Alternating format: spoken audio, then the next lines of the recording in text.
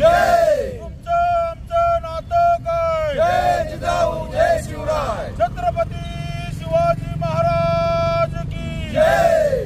छत्रपती संभाजी महाराज की स्मारका झालीच पाहिजे. महापुरुषांची स्मारका झालीच पाहिजे. महापुरुषांची स्मारका झालीच पाहिजे. छत्रपती संभाजी महाराज की जय. छत्रपती संभाजी महाराज की जय. तुमचं आमचं नातं काय? जय जिजाऊ जय शिवराय. तुमचं आमचं नातं काय? जय जिजाऊ जय शिवराय. छत्रपती संभाजी महाराज की जय.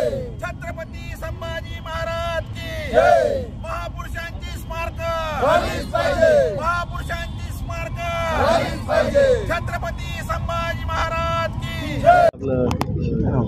आंदोलन छेडलेलं आहे, नेमकं काय मागणी? गेल्या 15 वर्षापूर्वी बीड शहरातील शंभूप्रेमी जिल्हा परिषद आवारामध्ये स्मारक व्हावं म्हणून वारंवार आंदोलन करतायत.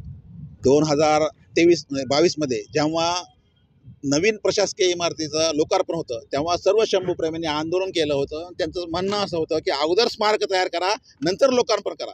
तेव्हा तत्कालीन पालकमंत्री धनंजय मुंडे जे असतील, सुतार असतील, अब्दुल सुतार साहेब असतील, किंवा ऑनलाईन उद्घाटन करणारे जे म्हणतो हसन मुश्रीफ ग्रामविकास मंत्री ते असतील, सर्वांनी शंभूप्रेमींना आश्वासन दिलं होतं की आम्ही तातडीने स्मारक पूर्ण करू. त्यांनी भूमिपूजनही केलं. त्यानंतर आता त्याला तब्बल 3 वर्ष होऊन गेलेत, अजून त्यांनी काही केलं नाही. 2 वर्षापूर्वी जेव्हा आम्ही आंदोलन केलं होतं तेव्हा तत्कालीन CEO अजित पवार यांनी चबुतऱ्यासाठी 5 लाख रुपये आणि स्मारकांसाठी 60 लाख रुपये लक्ष निधी मंजूर केला आहे असं म्हटले होते आश्वासन.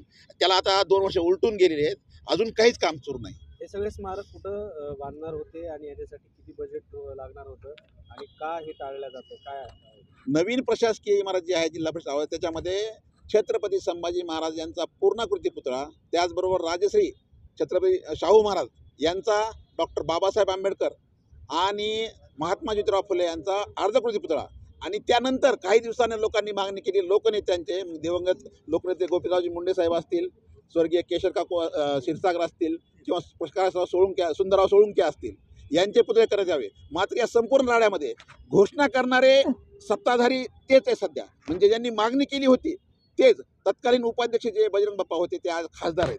मात्र 3 वर्ष झालं कुठलेही सत्ताधारी किंवा प्रशासन याकडे लक्ष देत नाही.